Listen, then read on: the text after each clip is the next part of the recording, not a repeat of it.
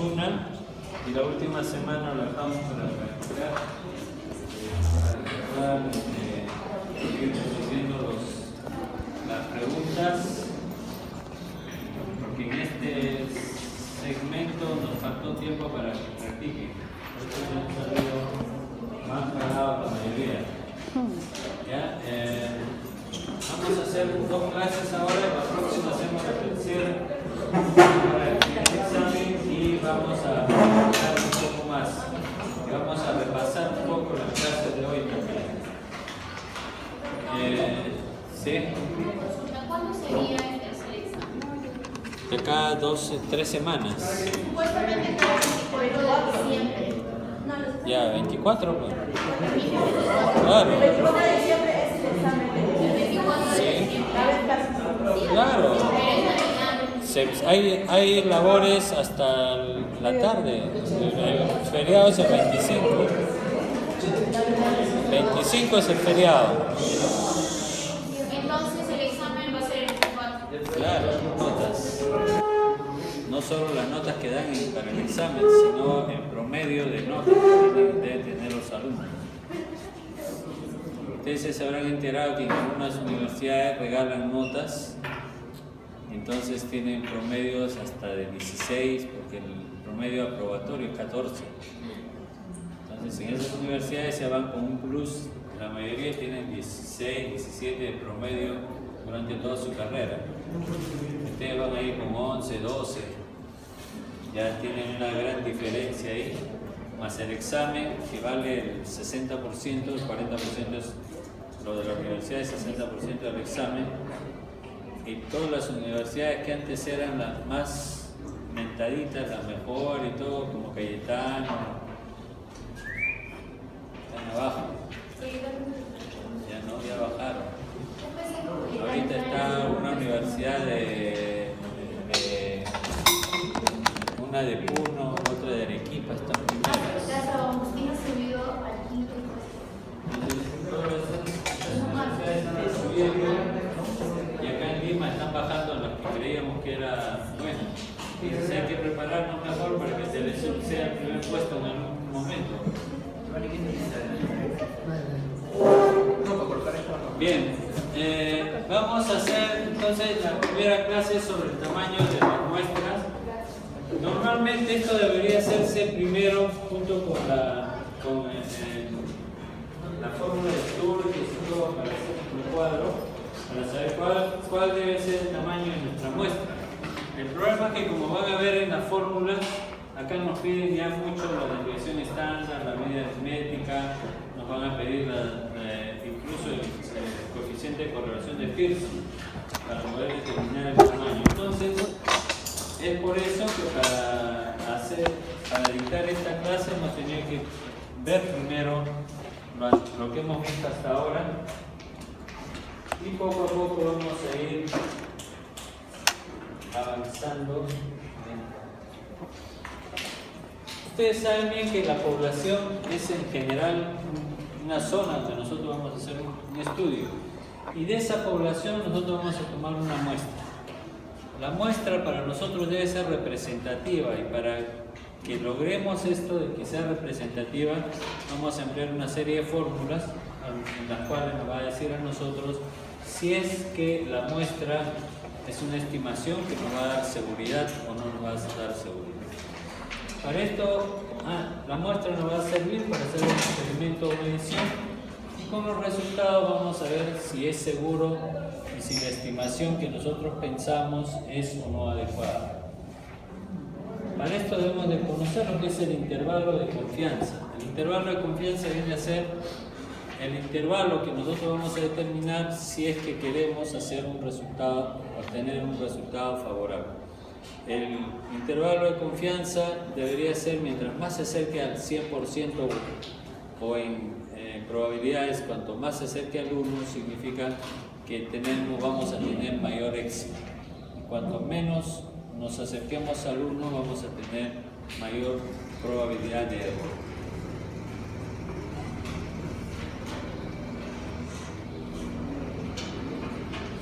Para esto ya existe una tabla que es el nivel de confianza y el nivel de error. Como ustedes ven, si tenemos confianza en 90%, debe ser un 10% de error para que llegue al 100%, ¿no?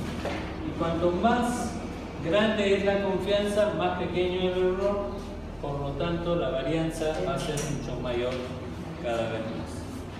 Ustedes han visto en la tabla de Z, cuanto más se acerca al 2.33, estamos casi en el 0% de error. Entonces, acá vemos que con el 99% de confianza y el 1% de error, vamos a estar en 2.58 de la varianza.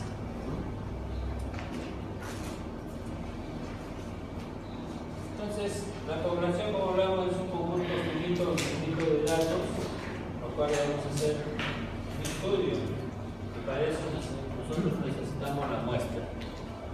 La muestra debe ser representativa, el tamaño se establece mediante fórmulas de acuerdo al grado de confianza y a la precisión que planteemos.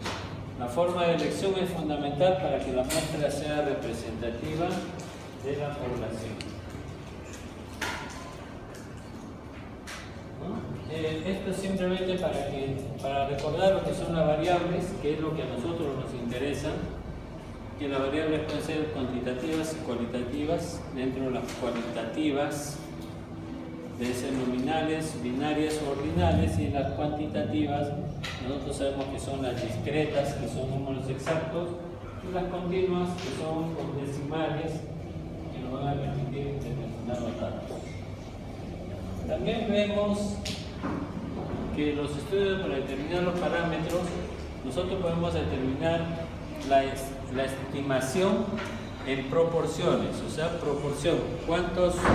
Si yo digo acá cuántos hombres y cuántas mujeres hay, podemos decir hay 10 mujeres y 20 hombres, entonces estamos hablando de una proporción de 10 a 20, ¿no? O de 1 a 2.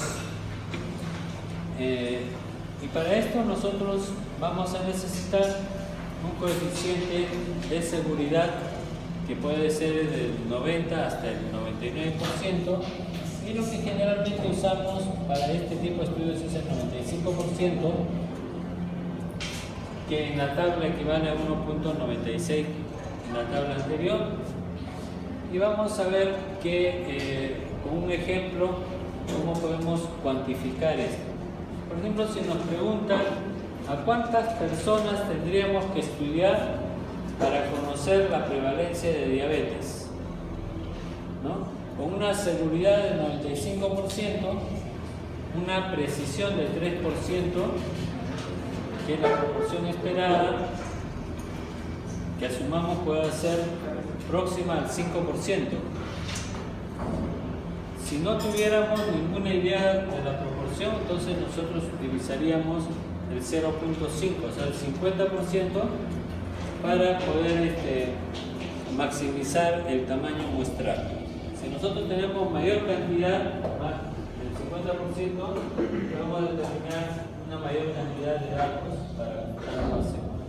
Como les decía, para este caso en especial estamos hablando del 95% de confianza, por lo tanto un 5% de error nos sale 1.96. Entonces, como dato vamos a usar 1.96.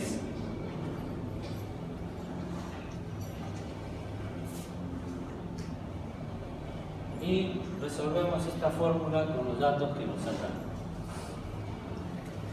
El valor que teníamos en la tabla me decía el 95% de seguridad, en la tabla me salía 1.96. Entonces pongo acá 1.96, como me dice al cuadrado, voy a poner al cuadrado. P es la proporción esperada, en este caso es del 5%, o sea 0.05. Si tengo P 0.05, ¿cuánto sería Q? 1 menos 0.05, 0.95. Entonces Q va a ser 1 menos 0.05 igual a 0.95. Y la precisión en este caso D es de ser de 3%, o sea 0.3 al cuadrado. Luego lo resuelvo y me da que para este caso yo necesito una población de 203. Entonces rápidamente teniendo estos datos, el valor de Z, las proporciones y la precisión que me pide, yo puedo obtener los datos inmediatamente. Y puedo saber cuánto va a ser mi muestra.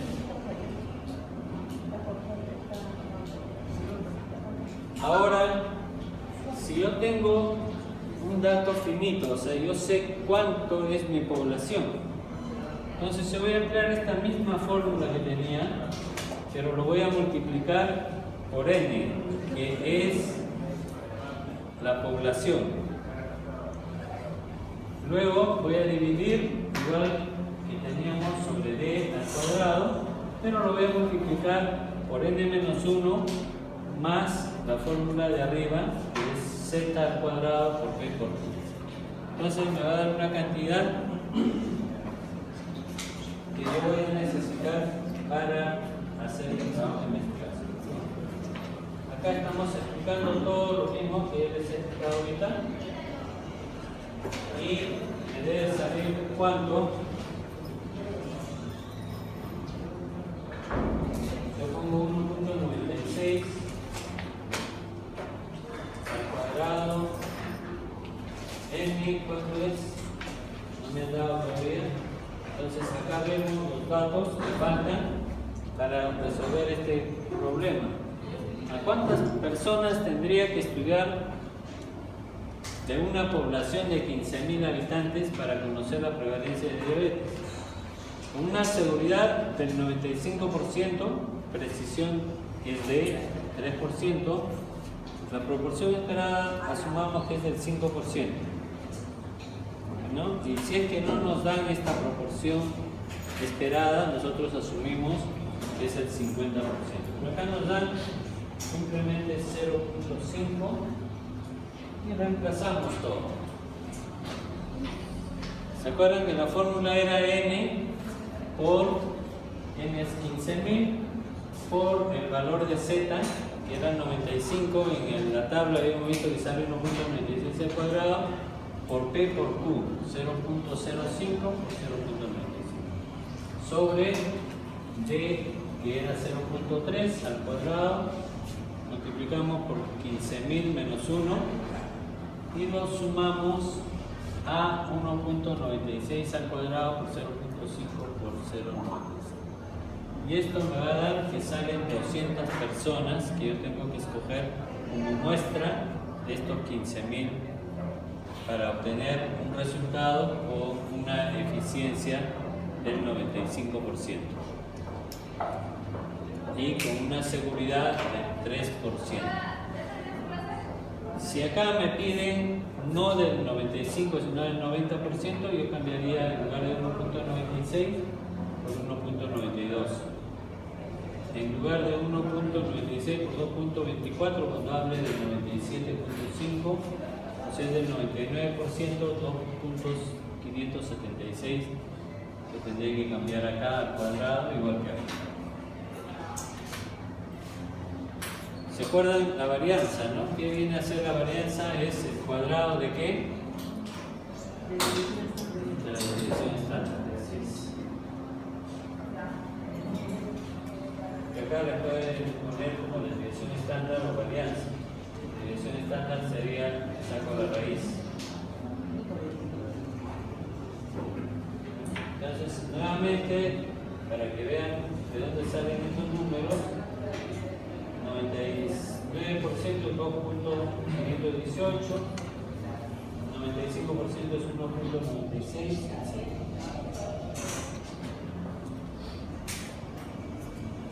Si nosotros queremos estimar con la media aritmética, entonces nosotros vamos a usar otra fórmula.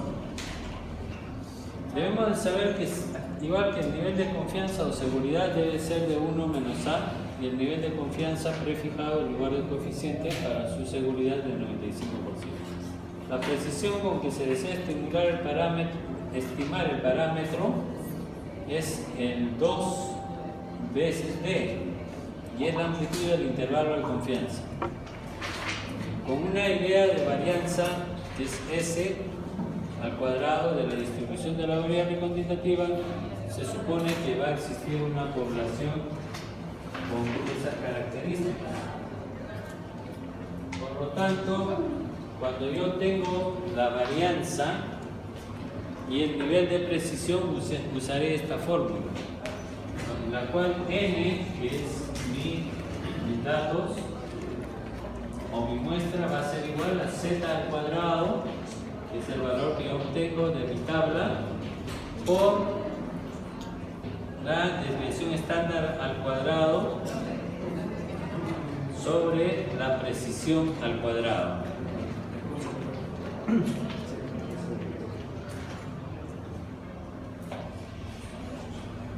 Vamos a ver un ejemplo.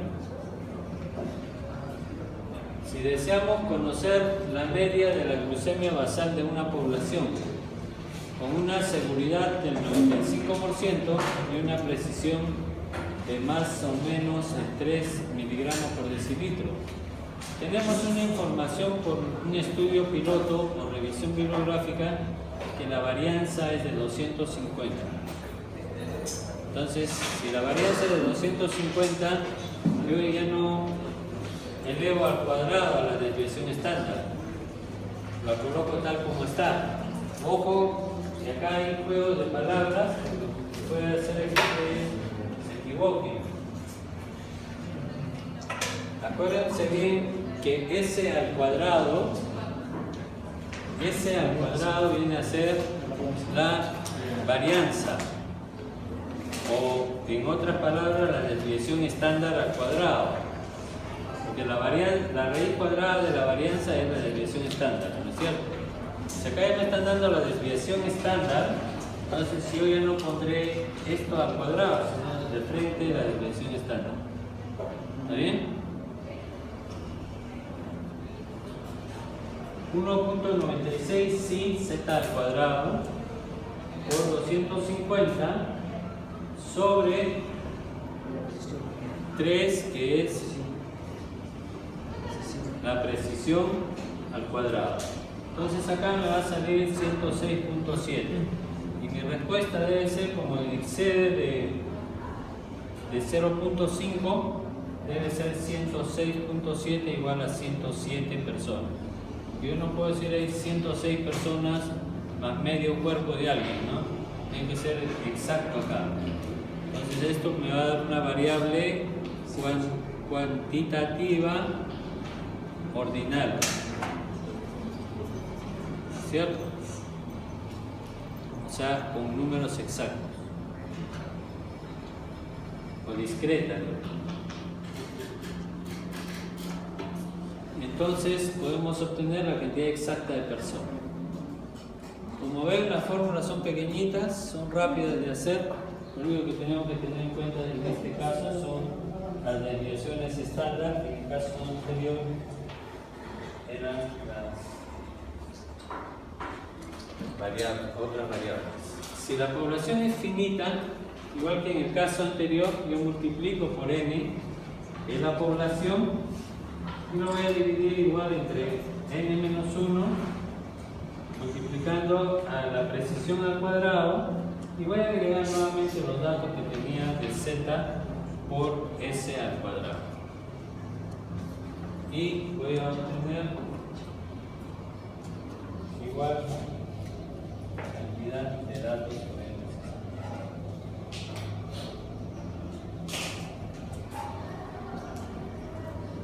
También existe la comparación de dos medias, ¿no? Si yo tengo dos medias aritméticas, en este caso los valores de z, yo los voy a sumar y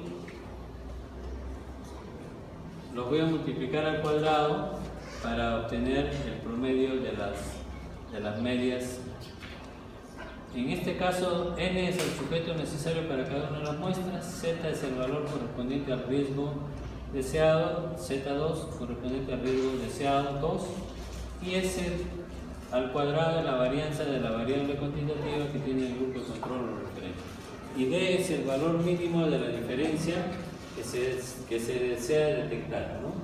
O sea, la precisión o diferencia.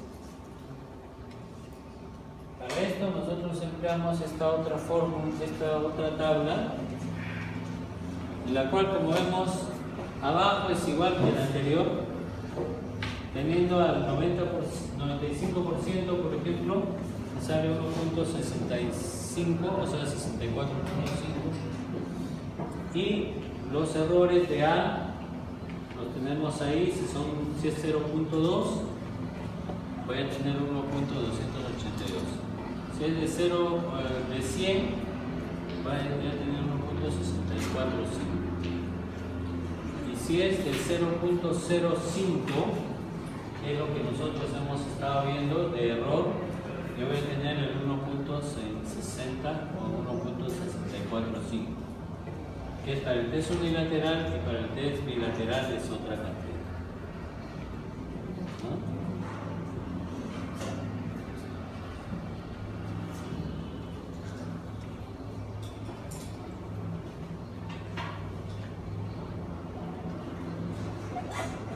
Bien, vamos a ver un ejemplo de comparación de dos medias. Si deseamos utilizar un nuevo fármaco antidiabético y consideramos que sería clínicamente eficaz si lograse un descenso de 15 miligramos por decilitro respecto al tratamiento habitual con el antidiabético estándar. Por estudios previos sabemos que la desviación típica de la glucemia en pacientes que reciben tratamiento habitual es de 16 miligramos por decilitro. Entonces aceptamos un riesgo de 0.05 y deseamos un poder estadístico del 90% para detectar diferencias si es que existen.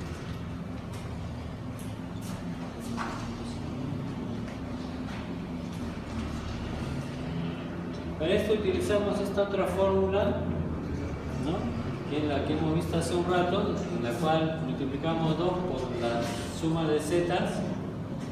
En este caso nos salía 1.645 y para el otro nos salía 1.282 al cuadrado por 2, que lo multiplicamos por la desviación estándar, que es el promedio que se daba, las desviaciones, que era 16, y nosotros utilizamos que nuestra diferencia debería ser de 15, por lo tanto ponemos la diferencia de 15 al cuadrado. En este caso D viene a ser la diferencia de las medias, que viene a ser 15, ¿no? Que generalmente es menor que el promedio general.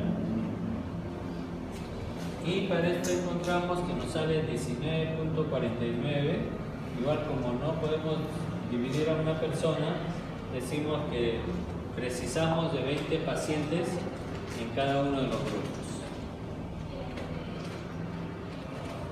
Acá más que nada es entender bien cuáles son los valores que yo voy a encontrar en la tabla y cuáles son los valores que me están dando para reemplazar en mi fórmula.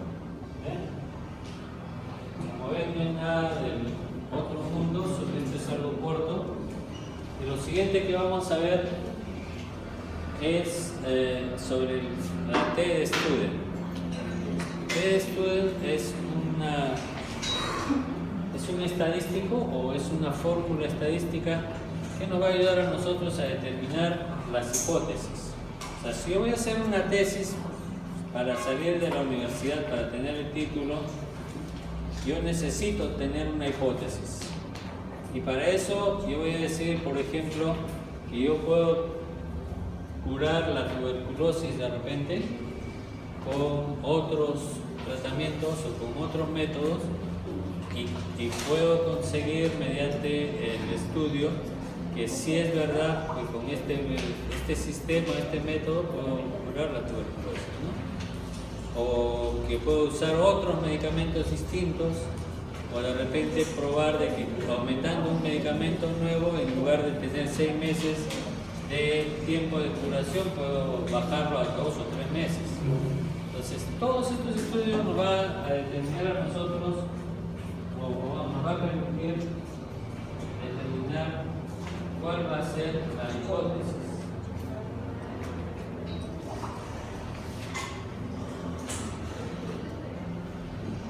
Y para esto nosotros nos basamos en lo que es la famosa prueba de hipótesis y con esto podemos determinar nosotros cuál es la hipótesis que nosotros vamos a plantear y cuál es la hipótesis que va a ser alternativa o diferente a la nuestra.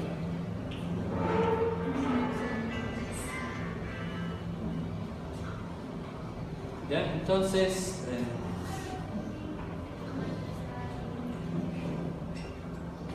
voy a apagarlo mejor.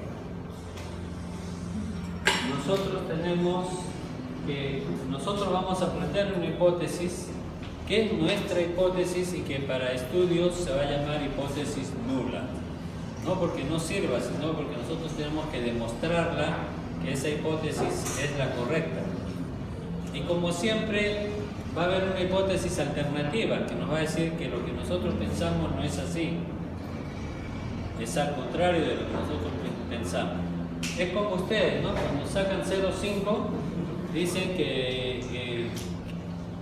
deberían de sacarse 20 porque yo me he equivocado y les he corregido mal, o porque yo he puesto un examen muy difícil. Entonces ustedes siempre van a decir lo contrario. Yo voy a decir, pues eso estaba fácil, ustedes van a decir no estaba difícil. Yo voy a decir, has contestado mal, me van a decir no, sí he contestado bien. O sea, siempre la hipótesis alternativa, acuérdense ustedes, y yo soy la hipótesis nula. Siempre ustedes me van a dar la contra. Solo los que sacan 20 van a decir, sí, profesor, está bien. El resto van a decir al contrario. Entonces, acuérdense que la hipótesis nula siempre me va a dar los valores que yo quiero obtener y la hipótesis alternativa, los valores que ya están estandarizados, que ya se saben y que me va a dar siempre la contra y me va a decir lo contrario de lo que yo estoy pensando. Para hablar de hipótesis, nosotros tenemos que hablar de estudios serios, ¿no? Y nosotros hablamos de método científico. El problema, cualquier problema que se presente, nosotros vamos a tener siempre que pensar en cómo solucionarlo, ya sea en la parte médica, en la parte administrativa, económica. El problema que siempre se va a plantear, nosotros tenemos que ver con un método científico cómo vamos a resolverlo. Nos planteamos para esto una hipótesis. O sea, yo pienso que mi problema lo voy a resolver de esta forma. Y voy a hacer un trabajo sistemático para obtener los datos y comprobar que mi hipótesis, que en este caso es nula, mi hipótesis nula, debe ser verificada y contrastada con otros tipos de trabajo. Y una de las fortalezas de esto es la objetividad. Ustedes saben que el trabajo científico tiene que ver mucho primero con la observación, después anotar los datos, hacer una serie de anotaciones de lo que estoy viendo y al final plantearme una hipótesis, ¿no? Como durante la historia ustedes han visto que antes de que hubiera el fuego no conocían, pero cuando alguien vio que de repente cayó un rayo, se prendió el fuego y quemó la carne que tenían ahí, después de estar un poco quemada o a estar expuesta al fuego, era más rica, ¿no? Y podíamos digerir mejor. Entonces a alguien se le ocurrió que podíamos obtener el fuego de repente mediante otros sistemas. Empezaron a usar el fuego primero, pero eso a base de una observación, ¿no? De que el fuego produce calor, nos quema, pero en cambio puede cocinar nuestros alimentos y nos va a ayudar a la mejor digestión. Todo eso es un problema científico. En esa época no era, pero después lo convierten en algo científico porque se puede observar y se puede comprobar todos los datos, por eso hablamos de hipótesis y verificación de la hipótesis. Entonces hablamos ahí de un método científico en el cual vamos a utilizar nosotros para hacer el trabajo de investigación. Vamos a ver un ejemplo, ¿no? Hay un problema en el cual dice cuál será el efecto de mis ventas si subo mi precio. La mayoría va a pensar, si subo el precio ya no me van a comprar, ¿no? Pero como hipótesis me puedo plantear, mis clientes serán leales, pueden ser leales mis clientes. Los clientes reales no se interesan por el precio, por lo tanto me van a seguir comprando. No es como abajo, ¿no? Las venecas que venden ahí abajo. Algunos chicos van a comprar ahí no porque necesiten algo, sino porque están ahí las chicas. Y otros van porque sí necesitan comprarlo. Aunque lo vendan más caro, siguen yendo ahí que ir afuera donde el otro que vende lapiceros más baratos, pero que no les gusta mucho. Entonces, más del 60% de mis clientes son leales, en mi primera hipótesis, y mi segunda hipótesis, que la lealtad determina la importancia que el precio, ¿no? O sea, más vale la lealtad que el precio, y en el otro caso me dice más vale el precio justo o bajar el precio que la lealtad.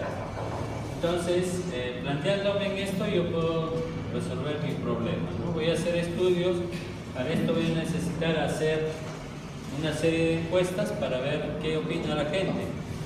Es lo que sucede entre Metro y WOM, ¿no? Ustedes han visto los precios en Metro son más baratos, en WOM están un poco más caros, pero ¿qué es lo que hace que WOM venda más que Metro?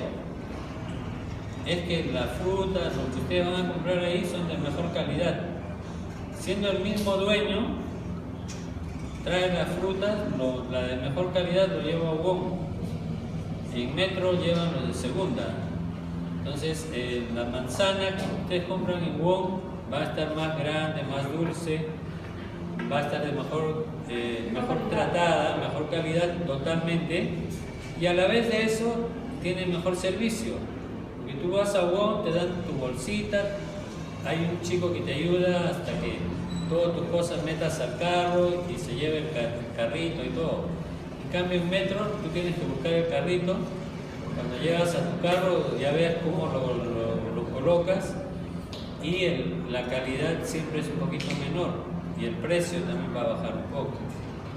Entonces es algo similar, ¿no? Entonces ver qué tanto en una zona, si yo pongo un WOM acá en San Juan de Washington, me voy a la quiebra, porque la gente va a querer precios más baratos.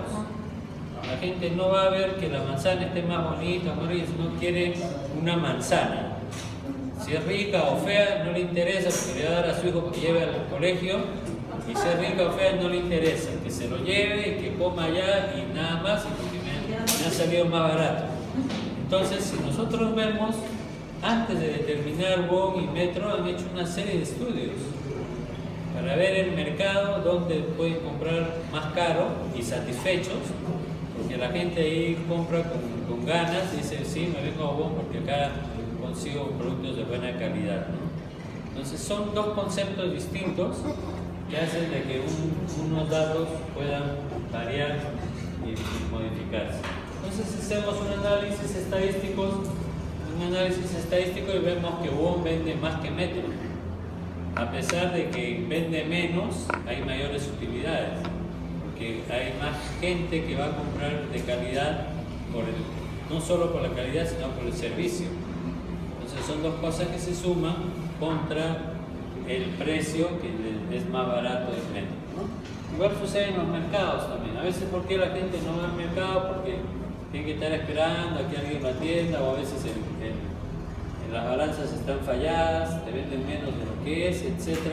Entonces mucha gente se va a hacer a los supermercados a hacer las compras y no al mercado generalmente, ¿no?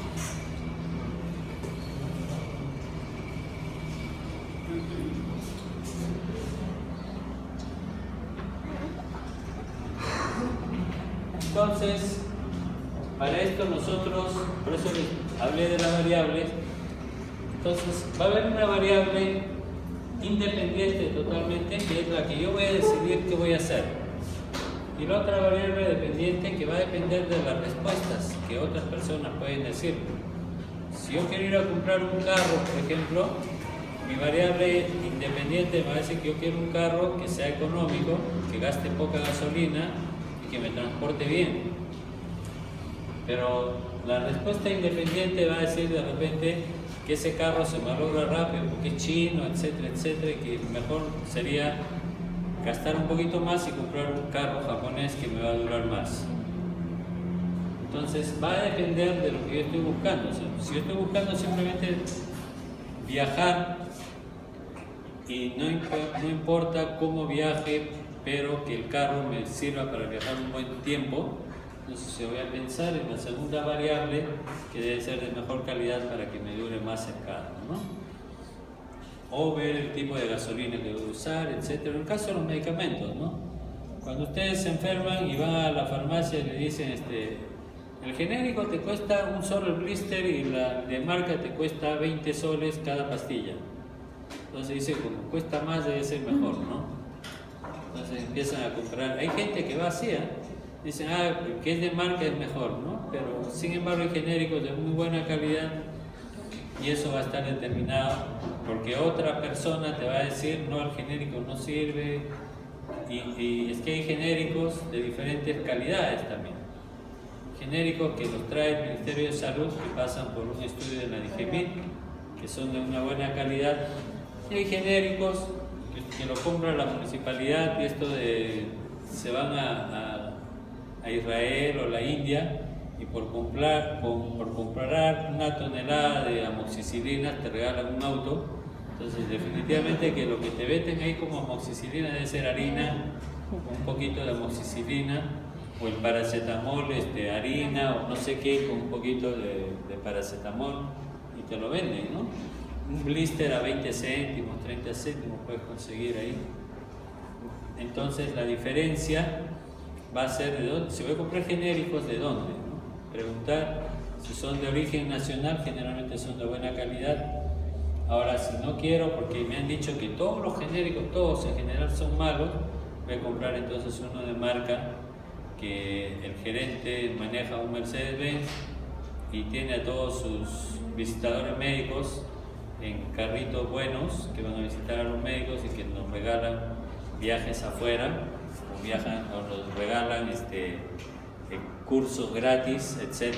Entonces va a variar ahí el precio porque ya está incluido una serie de datos y sin embargo la calidad puede ser igual que un genérico de la misma marca, ¿no? Es más, por ejemplo, ustedes ven que hay el laboratorio LG produce sus genéricos, por decirles, a 2 soles el blister, y el de marca que lo vende a 2 soles cada pastilla.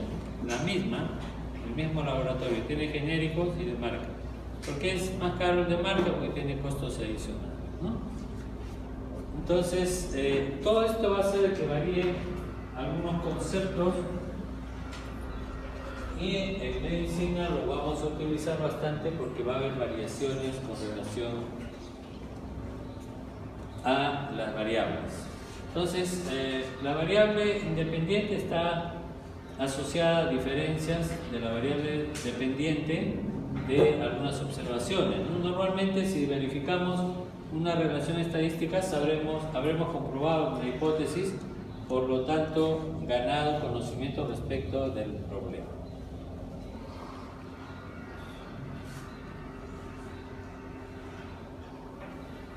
Bien, acá podemos observar que para las hipótesis nosotros podemos usar las diferencias de medias. Tenemos una media, tenemos la diferencia con otra media y la vamos a contrastar. Esta diferencia la dividimos entre n menos 1 por s al cuadrado, que nos van a dar todos estos datos y nosotros vamos a tener un dato acá que se llama el dato de la T de student. A su compañero le dije que saque una copia. Creo que la mayoría no lo tiene todavía. Abajo está, ¿no? Esta es la T de student. ¿Ya? Esta T de student nos va a ayudar a nosotros a resolver una serie de datos con algunas fórmulas que vamos a ver ahora. Pero para esto nosotros tenemos que ver que nuestras hipótesis, mi hipótesis nula y mi hipótesis alternativa, a mí me va a dar que yo tengo que demostrar mi hipótesis nula y diferenciarla de la hipótesis alternativa. Por lo tanto, los resultados que yo obtenga de la TED-Student y de otro tipo de estudios, que va a ser igual, yo tengo que encontrar que el valor estadístico, el que yo obtenga de esta multiplicación, división, debe ser diferente o igual que mi valor crítico, que es el que yo obtengo de esta tabla. O sea, en todas estas tablas que nosotros vamos a encontrar, a partir de ahora que ya sabemos lo que es una hipótesis, acá me va a dar a mí el valor crítico que yo voy a obtener de esta tabla. Entonces, esta tabla es el valor crítico y lo que yo obtenga de esto es el valor estadístico. Y yo voy a compararlos. Voy a ver si mi estudio se acerca o no al promedio de estudios a nivel mundial, que es esto.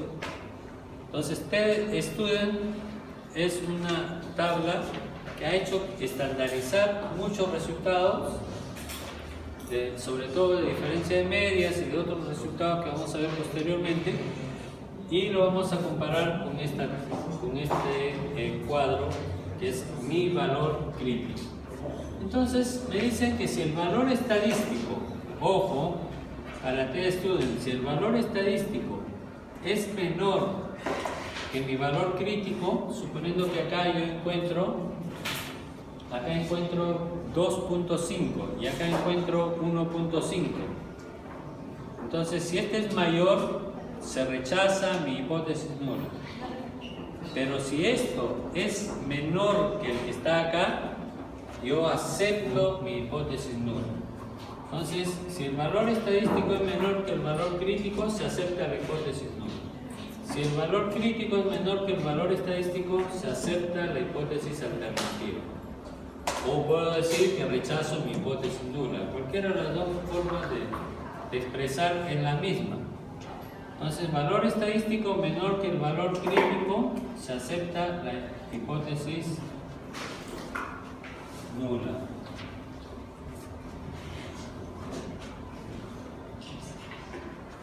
Valor estadístico, valor, acepto hipótesis nula. O rechazo la hipótesis nula. Rechazo la hipótesis alternativa. Y en este caso, si el valor crítico es menor que el valor estadístico, acepto mi hipótesis alternativa o rechazo la hipótesis nula. ¿Está bien? Simplemente juego de palabras, pero basta con que se quede con la parte azul para que entiendan mejor, no les dé vuelta la cabeza. Si el valor estadístico es menor que el valor crítico, se acepta la hipótesis. Listo. ¿Ah?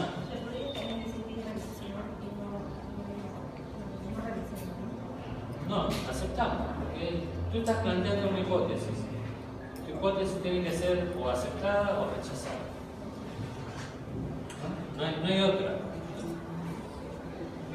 Si ustedes van a hacer su trabajo de investigación, cuando terminen de estudiar, van a presentar para su tesis y su tesis va a ser aceptada o rechazada, ¿no? De acuerdo a lo que ustedes, cómo ustedes lo propongan, cómo ustedes hagan su hipótesis, ustedes tienen que demostrar que su hipótesis es la correcta y demostrarlo con datos y comparándolo, en este caso con la TED-Student o con otras comparaciones que vamos a ver más adelante, para decir mi trabajo de investigación sí es aceptable y debe ser aceptado como un buen trabajo de investigación.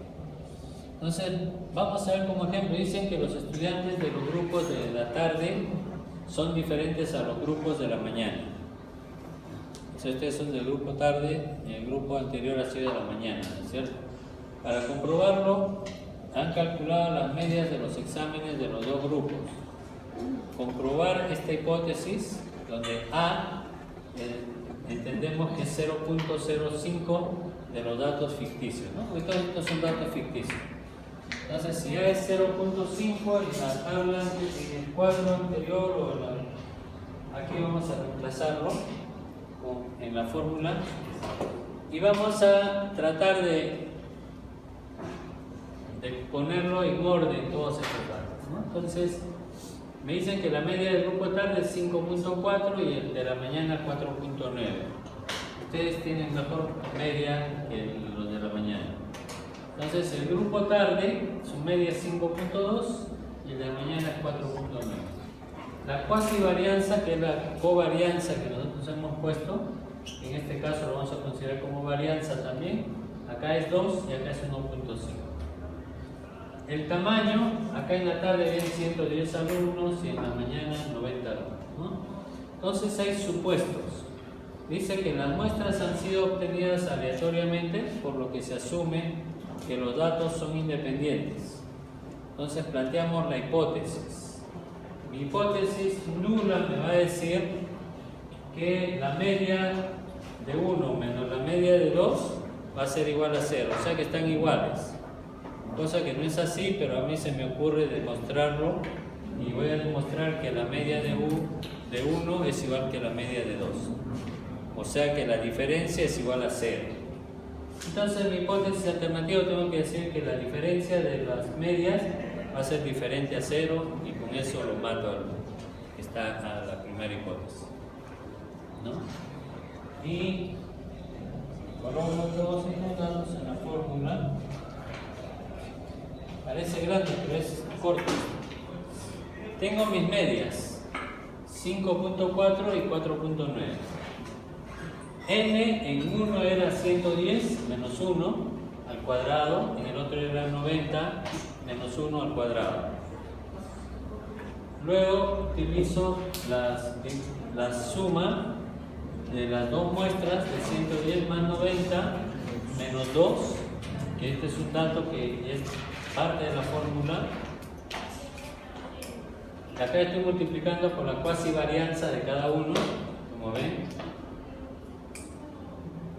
Esto como varianza o cuasivarianza, o también nosotros conocíamos como covarianza, que es la que viene a ser esto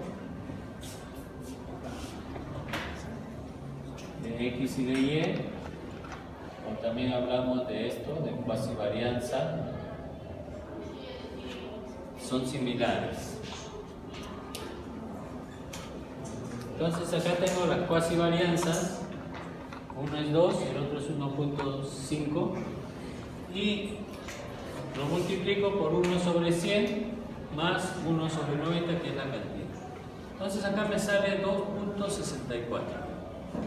Yo busco en mi tabla. Ustedes busquen en su tabla.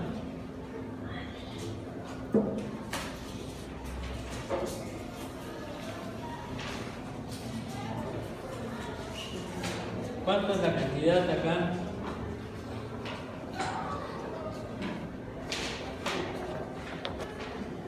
La suma de los dos grupos, ¿cuánto me sale? 198, ¿no es cierto? Que esto viene a ser mis grados de libertad, 198. ¿Con cuánto me dice que debería buscar el 0.5? Entonces yo busco acá en mi tabla, que ya lo tiene, 0.5, el que está arriba es la probabilidad.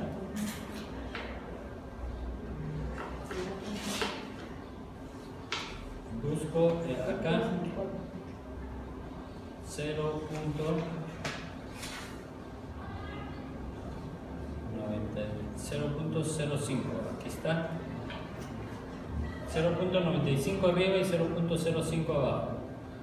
Como son más de 125, entonces yo tomo el 1.282. ¿Este 1.282 es menor o es mayor que este dato? Es menor, ¿no es cierto? Si este dato de acá es menor, por lo tanto yo rechazo la hipótesis nula.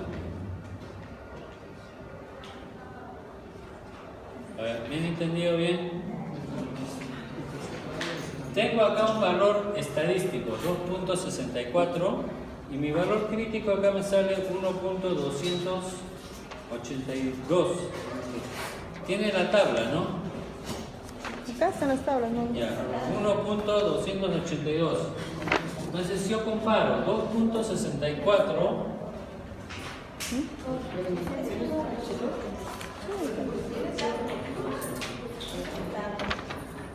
2.64 va a ser mayor o menor que 1.282. ¿Cuál es menor? Esto. Entonces, si mi valor estadístico y mi valor crítico, si mi valor estadístico es mayor, entonces acepto la hipótesis alternativa y rechazo la hipótesis nula. ¿Está bien? Entonces, ¿qué me dice acá? Acá han resuelto y han dividido esto y han multiplicado más 1.97, viene a ser la diferencia de esto, 110, acá 198 menos 1, 197,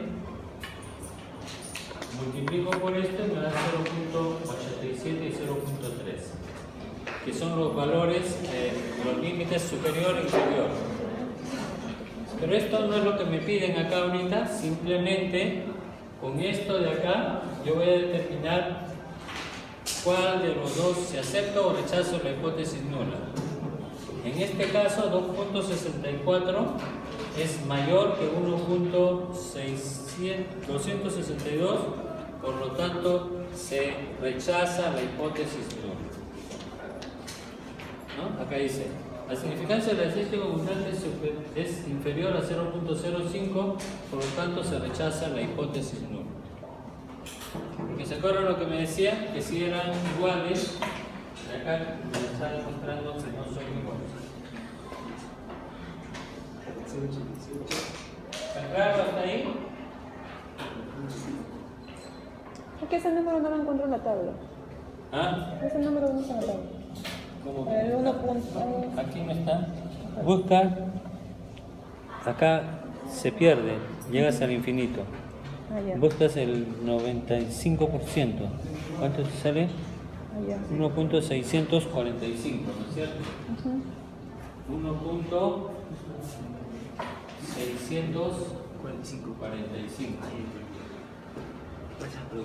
Entonces, es menor 5. 45. Por lo tanto, es menor y por lo tanto se acepta la hipótesis alternativa. Y rechazo mi hipótesis nula. ¿Qué es lo que me pone? Bueno, la diferencia entre las medias poblacionales se sitúa entre 0.12 y 0.87, que es un nivel de confianza. Incluso los datos se respaldan, tan solo con lo anterior le puedo demostrar eso, ¿no? Y acá estamos viendo que la diferencia es mayor del 95% entre el límite superior e inferior. En eso no quiero meterme en los límites, porque yo creo que con demostrar la hipótesis en este caso es suficiente. ¿Ya? Entonces nos quedamos solo en la primera parte y demostramos que la hipótesis nula se rechaza. Ya no llegamos a esta parte, lo vamos a demostrar, pero no quiero que para el examen tengan más trabajo, que quiero que este examen se apruebe la mayoría, ¿ya? Por eso que les estoy dejando la parte más fácil para esta parte.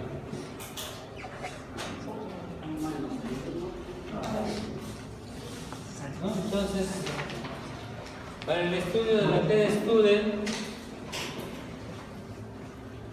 se determina con un esquema de cálculo para datos agrupados, en la cual nosotros ya hemos visto esto, los datos apareados y los datos no apareados, ¿no? Que son las probabilidades, y a nosotros lo que nos interesa son las desviaciones estándar, las medias aritméticas y los datos que obtengan de la cantidad de muestras. Los datos apareados tienen la ventaja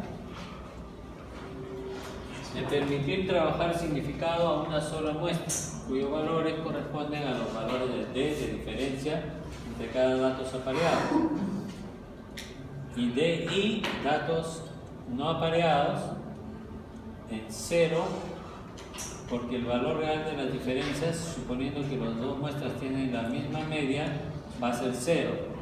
Por lo tanto, la diferencia se calcula con las muestras diferentes. Y los datos no apareados, como se puede simplificar en una sola muestra, se ha de introducir el concepto de desviación estándar ponderada. En la ecuación 2.2 se sustituye S por SP y X por la media, y por X1 menos X2, y el tamaño de la muestra N se sustituye por N mayúscula, que es el ponderado de las muestras, ¿no? Entonces es N2 sobre más N1 más N2 sobre N1 más N por N2, ¿no? Esto es simplemente, sí.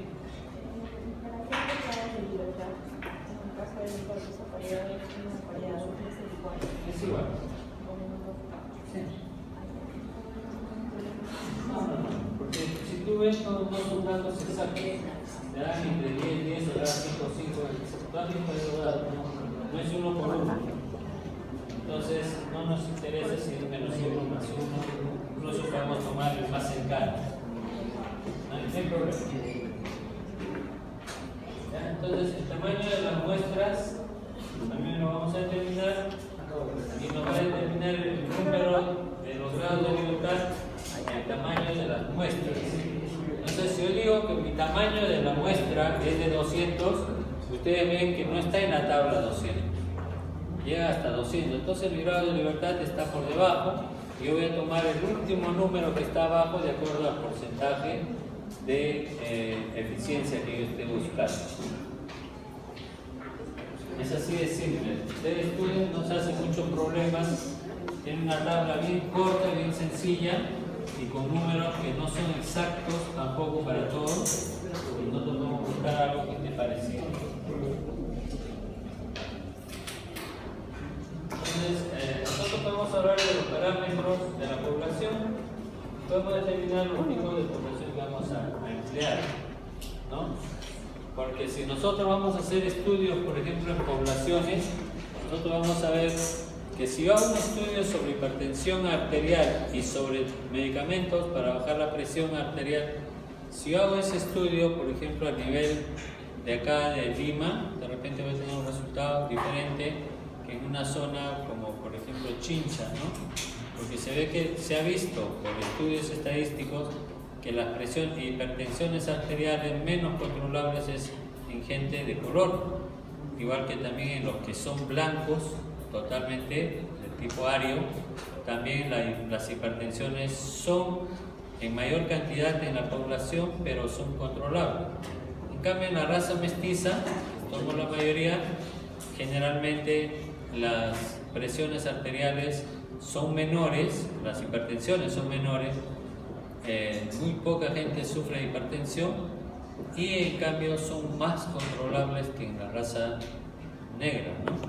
Entonces hay cositas que nosotros podemos ver y hacer estudios en determinados lugares. Por eso hablamos nosotros de las muestras que deben ser en forma aleatoria. Entonces, si yo hago una muestra, por ejemplo, en un determinado lugar o en otro, voy a encontrar diferencias. Si yo me voy a la sierra, por ejemplo, voy a encontrar que la hipertensión es bien difícil. No hay mucha gente con hipertensión por allá, porque la raza mestiza es más fuerte que las razas blancas y las razas de colores en esta zona, ¿no? Y vamos a encontrar diferencias. En cambio, a los cardiólogos, por ejemplo, les convendría irse a la zona donde hay gente de mayor color, ahí van a ganar más los cardiólogos. O se van a Sudáfrica, etcétera, o bueno, que ahora en todas partes hay, ¿no? La diversidad cultural y racial en todo el mundo. Ahora han visto que el equipo de de Francia de hace 20 años, eran la mayoría blancos, había un negrito, actualmente son todos negritos y hay 2 blancos.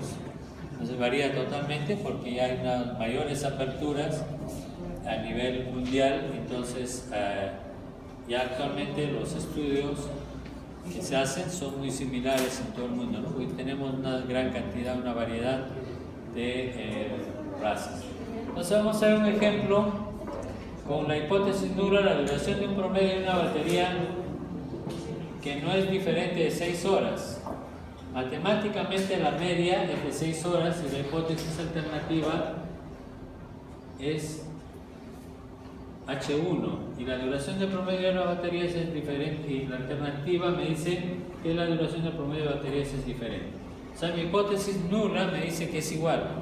O sea, si yo compro una Duracell y una marca Chancho, según yo, van a durar igual. Entonces, eso quiero demostrar. Y eso es lo que estoy poniendo, pero en cambio mi hipótesis nula me dice que no, que probablemente la Duracell va a durar más, ¿no? Si es que lo he comprado también en un buen sitio, porque de repente lo compro en mesa redonda y todos me van a durar igual, porque todos son Bamba. Entonces yo propongo mi hipótesis nula para la distribución de x al cuadrado. Cuando hablamos nosotros de x al cuadrado también hablamos de la t de estudio. Si este material genético se segrega en proporciones mendelianas, no habrá diferencias entre las frecuencias observadas y las frecuencias esperadas, que son lo que nosotros esperamos. Las hipótesis nulas para la distribución de t de estudio: si la humedad no influye sobre el número de huevos por desove, no habrá diferencia entre las medias de esta variable en cada grado. Son ejemplos en los cuales yo puedo plantearme y voy a tener que demostrarlo. Entonces, el test estadístico es un procedimiento para que a partir de una muestra aleatoria y significativa, como extraer conclusiones para permitir aceptar o rechazar una hipótesis previamente emitida sobre el valor de un parámetro desconocido en la población. La hipótesis emitida se designa por hipótesis nula y la hipótesis H1 como la hipótesis alternativa, que ya saben ustedes que siempre es lo contrario a la hipótesis nula.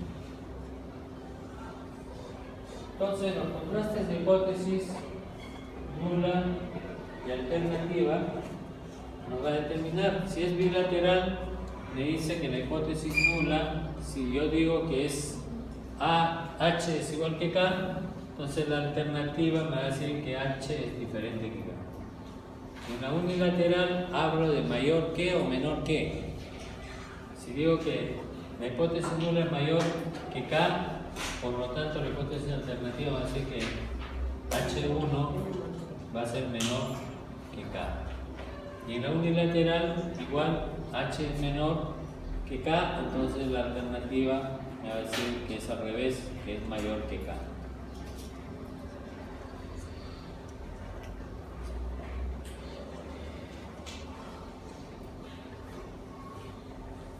Entonces vamos a ver que a partir de un nivel de confianza de 1 menos alfa, o de la significación alfa, determinar el valor de z alfa para los bilaterales o bien z alfa para los unilaterales, como hemos visto en esa otra tabla.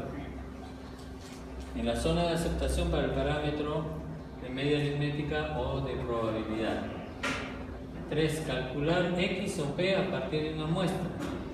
4. Si el valor del parámetro muestral está dentro de la zona de aceptación, entonces se acepta la hipótesis con un nivel de significancia alfa, si no se rechaza, ¿no? Entonces alfa me va a determinar a mí la probabilidad de obtener un resultado.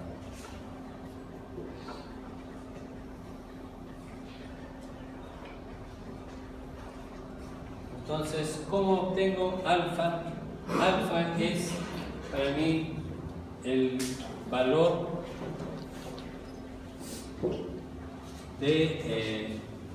que yo voy a obtener para la hipótesis nula o alternativa, que es el valor de aceptación de los datos. Entonces, si yo digo con un nivel de aceptación de 10 o 0.10, significa que mi hipótesis alternativa debería de hablar sobre 1 menos alfa, que es 0.90, porque la suma de los dos me va a dar 1. Entonces, si yo tengo alfa 0.10, el error puede ser 0.90 o al revés. Y si yo digo que el error es 0.05, entonces me va a dar un nivel de confianza de 0.95. Con un nivel de confianza de 0.99 voy a obtener un nivel de error de 0.01. Siempre 1 menos alfa me va a dar a mí el dato de alfa. Me pueden dar solamente esto, o me pueden dar el valor de 1 menos alfa, o me pueden dar los dos, que me hacen más fácil, ¿no? Y por lo tanto los valores de z en A van a ser 90, 1.28, 95, 1.645, como hemos visto en la tabla anterior, esa chiquita con amarillo, y 0.99 me da 2.33. Entonces, como vemos, estos valores están para determinar sobre los hipótesis.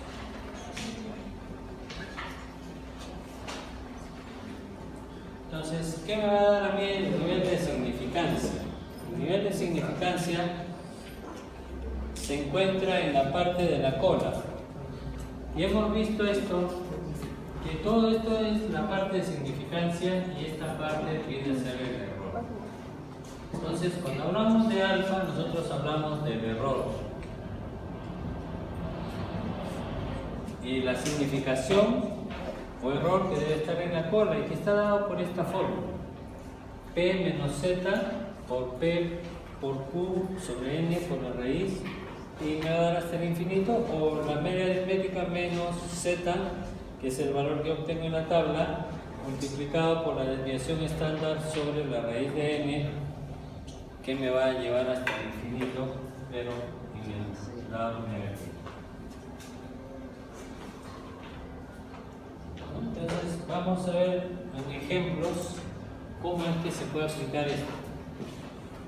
Un psicólogo ha pronosticado que en una determinada ciudad el nivel de abstención de las próximas elecciones será del 40% como mínimo, y se elige al azar una muestra aleatoria de 200 individuos con derecho a voto, 75 de los cuales estarían dispuestos a votar. Determinar con un nivel de significancia del 1% si se puede admitir el pronóstico.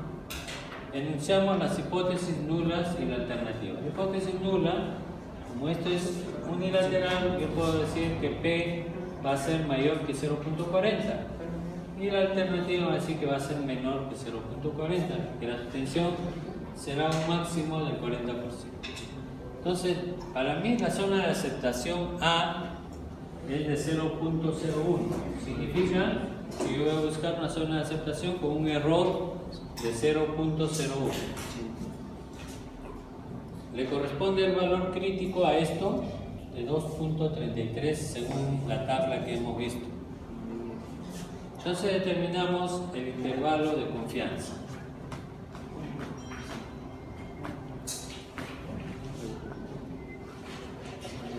El intervalo de confianza, con esta fórmula nosotros reemplazamos que 0.4 es lo que yo digo que va a salir, 2.33 es lo que me sale a mí en la tabla, y lo voy a multiplicar. Si yo tengo 0.4, ¿cuánto me falta para el 1? 0.6. Entonces P por Q sobre 200, y esto me va a dar 0.3192. Entonces yo verifico y digo 125 que van a votar sobre 200, me va a dar 0.625. Entonces aceptamos la hipótesis nula. ¿Por qué? Porque me está saliendo que es menor, mi valor estadístico es menor que mi valor crítico. ¿Está bien? Mi valor estadístico me sale 0.3192. Y mi valor crítico, que estoy colocando en la cantidad sobre 200, me sale 0.625. hacer la decisión, aceptamos la hipótesis nula y podemos afirmar con un nivel de significancia del 1% que la abstención será como mínimo del 40%. ¿Está bien?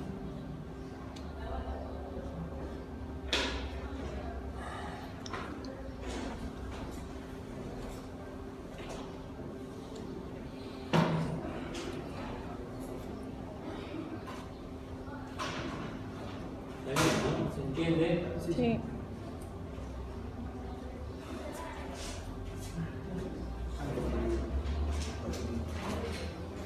A ver, vamos a ver un ejercicio.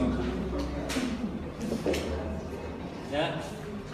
Uno dice las puntuaciones de un test a nivel, un test que mide la variable creatividad según sigue en una población general de adolescentes una distribución normal de media de 11.5, o sea, yo tengo la media de 11.5 y un centro escolar que ha sido implantado un programa de estimulación de la creatividad con una muestra de 30 alumnos ha proporcionado las siguientes puntuaciones, ¿no? O sea, en un colegio donde se acepta que los chicos hagan deportes o hagan presentaciones teatrales, etc. Todo lo que es programas de estimulación de la creatividad. Entonces se han obtenido estas puntuaciones de 11, 9, 12, etc. Y con un nivel de confianza del 95% puede afirmarse que el programa es efectivo, como podemos ver, teniendo un promedio de 11.5. Podemos determinar que el programa es efectivo. Generalmente, si lo vemos, 11.5 significa que la mayoría ha aprobado, ¿no? Pero pues tenemos que comprobarlo mediante esta pequeña fórmula. Entonces yo planteo que mi hipótesis nula me dice que el programa, si es igual a 11.5, es aceptable. Y si es mayor que 11.5, se rechaza. O sea, basta con que sea diferente, puede ser mayor o menor, yo voy a rechazar mi hipótesis nula. Entonces el estadístico de contraste en este caso es, yo voy a utilizar esta fórmula de T, en la cual es X menos la media aritmética sobre S, y este S a la vez sobre la raíz cuadrada de N menos 1. Entonces, primero voy a buscar qué necesito acá, mi media muestral. ¿Cómo se obtiene la media? Sumo todo y lo divido entre la cantidad. La suma me da 374 entre 30, me da un 12.47 de media aritmética. Entonces se voy a reemplazar. Ya tengo acá mi media aritmética, que lo voy a reemplazar con estos datos. La desviación estándar que me la han dado, mi valor de n, que son 374, y es el total. ¿O cuánto es n ahí? ¿Es 374 o es 30? 30. Entonces me dan la desviación típica de la muestra, me dicen que es 5.22. Entonces sustituyo. Lo que yo he encontrado es 12.47 de media. Me dicen que la media en este curso ha sido de 12.5. Y yo obtengo mi desviación estándar, que está en la muestra, mi desviación típica es 5.22.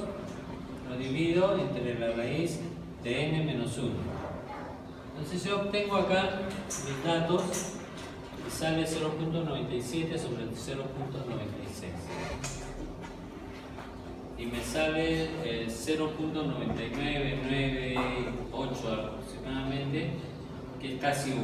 Entonces si yo pongo 1, y yo como el contraste es unilateral, buscamos en la tabla de T-Student con 29 grados de libertad. Los grados de libertad están determinados por n, pero cuando es unilateral restamos menos 1, como decía su compañera, entonces busco 29 grados de libertad, y el valor que deja por debajo de una población es de 0.95. Resulta que me sale, a ver, vean en su tabla, si sale 1.629.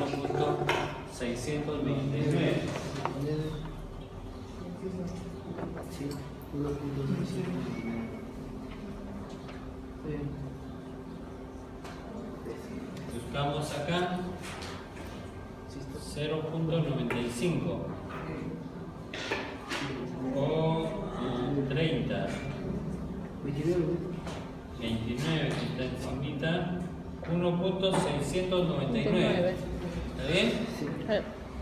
1.699. Entonces, si mi valor estadístico es 1 y mi valor crítico 1.699, por consiguiente, acepto la hipótesis nula. Este 1 es menor que 1.699. Por lo tanto, se acepta la hipótesis nula. Entonces, la interpretación sería que no hay evidencia de que el programa sea efectivo. Porque lo que yo he sacado de media aritmética me sale 12.45 y el que me dan como dato, que en otros sitios es 11.5. A pesar de que acá yo he obtenido mejor promedio que en lo que es normalmente, como planteé mi hipótesis nula de que eran iguales, por lo tanto, yo estoy aceptando que esta hipótesis nula está rechazada o se acepta la hipótesis nula en la cual me dice que son iguales, cosa que no es así. Por eso pongo la interpretación sería que no hay evidencia de que el programa sea efectivo. O sea, se supone, según mi hipótesis, de que es igual. No es ni efectivo ni deja de ser efectivo. La evidencia que, o sea, no hay ninguna evidencia que sea efectivo, que supuestamente es igual. Bueno, entonces, como ustedes ven, para su trabajo tienen que plantear bien la hipótesis nula. No solamente decir que es igual o desigual, sino plantearse datos más completos. ¿Sí? Sí, sí.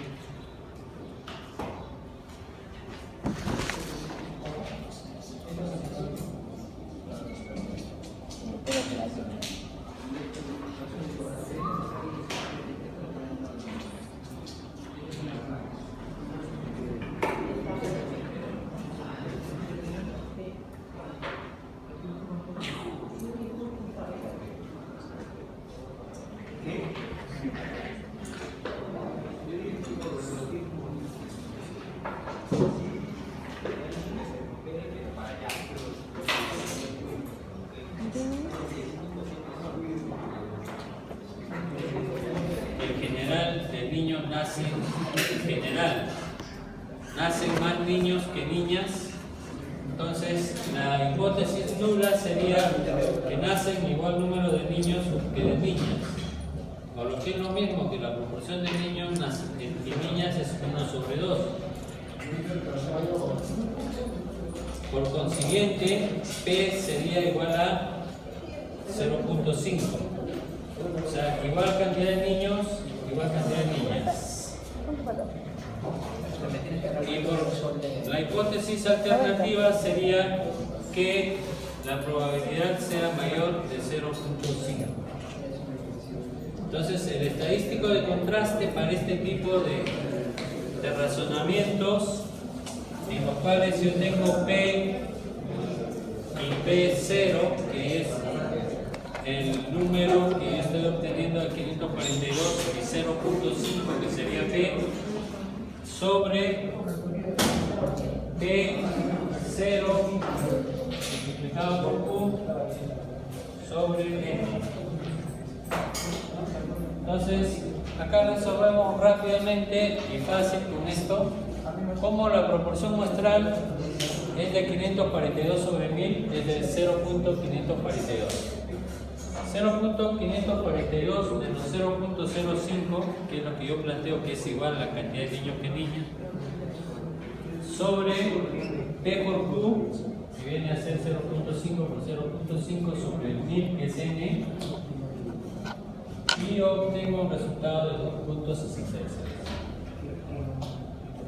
Como el contraste es unilateral, buscamos en la tabla de Student con el valor de la variable que deja por debajo la probabilidad de 0.9. que es el valor de 1.282. ¿Cuál sería acá n? Es 1000, ¿no es cierto? Y en mi tabla no tengo 1000. Solamente tengo hasta 125. Entonces, ¿cómo busco para obtener ese dato? Infinito. Infinito ya sería. Busco en 0.9, acá arriba, que es la probabilidad de 0.9, que esto es el tercer nivel. Y de ahí me bajo hasta el último y me sale 1.282. ¿Está bien acá? Sí. Lo ubican, ¿no? Sí, el último. Entonces me sale que es de 2.282. Y yo comparo mi valor estadístico es 2.66, mi valor crítico 1.282. Como mi valor estadístico es mayor, yo rechazo la hipótesis nula. ¿Está bien? Solo se acepta la hipótesis nula cuando mi valor estadístico es menor. Como acá es mayor, yo rechazo mi hipótesis nula. Por lo tanto, el valor estadístico de 2.66 es mayor que 1.282. Por consiguiente, se rechaza la hipótesis nula. Efectivamente, nacen en mayor proporción niños que niñas, ¿no? ¿Está bien? El valor crítico entonces siempre tiene que ser mayor. Valor estadístico menor se acepta. Nada más, el resto se rechaza. Entonces, lo que está acá en azul, aprendan sobre memoria, métanse bien en la cabecita. Esto es lo que va a valer para los resultados. Ya sea cualquiera de las fórmulas que usemos, la anterior o esta o la larga, esa que siempre vamos a comparar con el valor crítico y en base a eso nosotros vamos a determinar nuestros datos. Entonces, como ven, esto no es nada del otro mundo, simplemente son formulitas pequeñas, las cuales nosotros vamos a determinar y vamos a comparar nuestro trabajo con los trabajos anteriores que están en la tabla. Vamos a ver otra, una muestra de 66 alumnos se ha calculado el coeficiente de correlación de Pearson, que lo hemos visto, entre sus puntuaciones en el primer parcial de análisis de datos y el tiempo que se emplea en desplazarse desde su domicilio hasta la facultad, obteniéndose que R vale 0.24. Podemos mantener un nivel de confianza del 95%. La idea de que estas variables son incorrectas y por lo contrario debemos rechazarlas, ¿no? Entonces nosotros nos planteamos de esta forma. Mi hipótesis nula significa que el coeficiente de correlación va a ser igual a 0. Y mi hipótesis alternativa me dice que mi coeficiente de correlación va a ser diferente a 0. Así es simple. Si uno dice que es igual, el otro va a decir que es diferente. Entonces el estadístico de contraste para esto, cuando yo tengo R, que es el coeficiente de correlación de Pearson, va a ser el coeficiente por la raíz de n menos 2 sobre la raíz de 1 menos r al cuadrado. Sustituyendo tenemos 0.24 por n, que es la raíz de n, y sobre la raíz de 1 menos 0.24, que es el coeficiente de correlación al cuadrado, y me va a dar un total de 1.96. Entonces, ¿qué hago? 1.96 y voy a buscar, ¿qué voy a buscar acá? Contrastarlo con mi t student. ¿Cuál va a ser mi resultado de la t student? ¿Quién lo saca?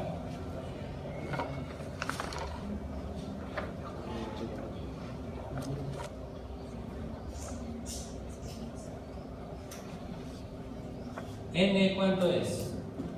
0.4. N, ¿cuánto es? 0.24.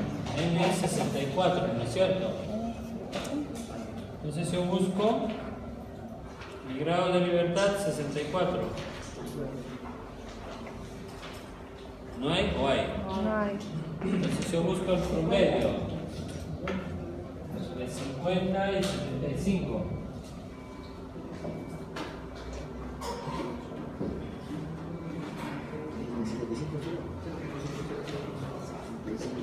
Como lo hacen acá. Entre 60 y 64 de figura en nuestro máximo entre 60 y 75. ¿Con cuánto por ciento era? 95, ¿no es cierto? ¿Cuánto me sale esto?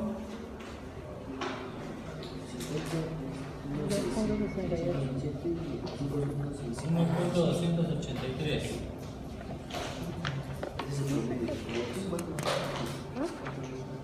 Pero acá está buscando bajo los propiedades de 97.61. No.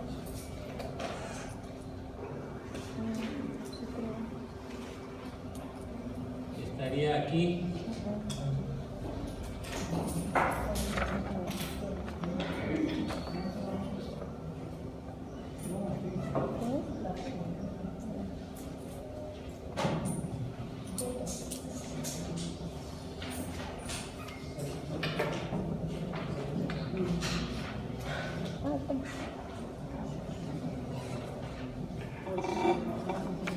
Si ustedes buscan aquí, van a encontrar 97.5. Es el que más se acerca. La probabilidad es 97.5. Y busco entre 50 y 75.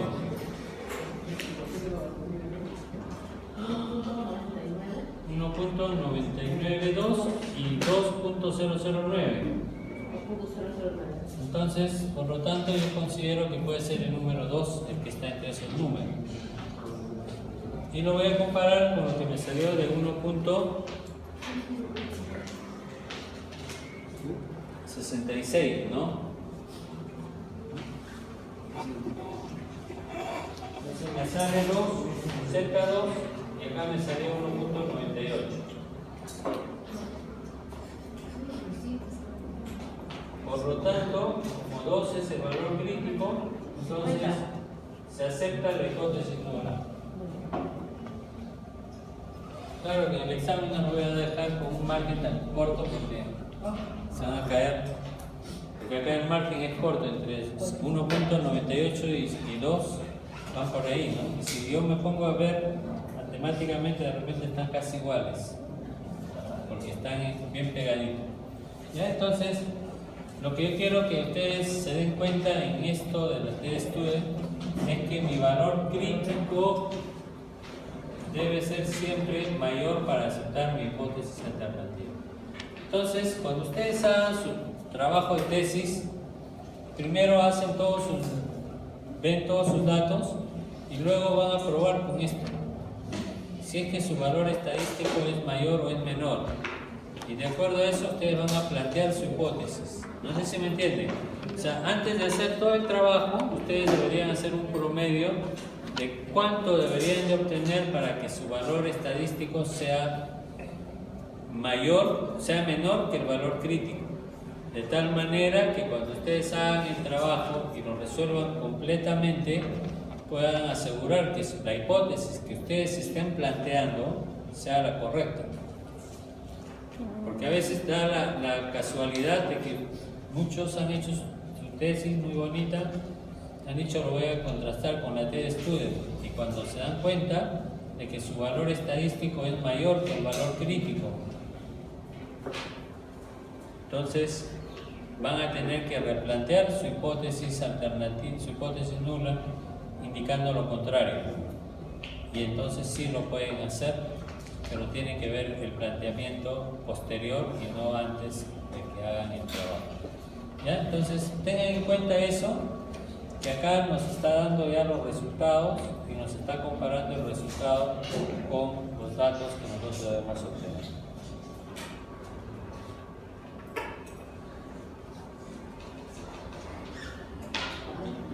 Bien, ¿preguntas? ¿Preguntas al resto? Como han visto, son solamente tres fórmulas acá y 4 fórmulas en el otro lado. Y la próxima que veamos es el Wilcoxon, que son solamente 2 fórmulas, el examen va a ser muy fácil.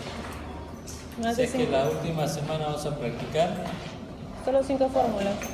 5 o 6 fórmulas que no son difíciles y como ven los datos se los dan directos. Acá no hay mucho que pensar, simplemente saber usar las fórmulas que es lo que vamos a hacer. ¿Ya? ¿Preguntas? ¿Respuestas?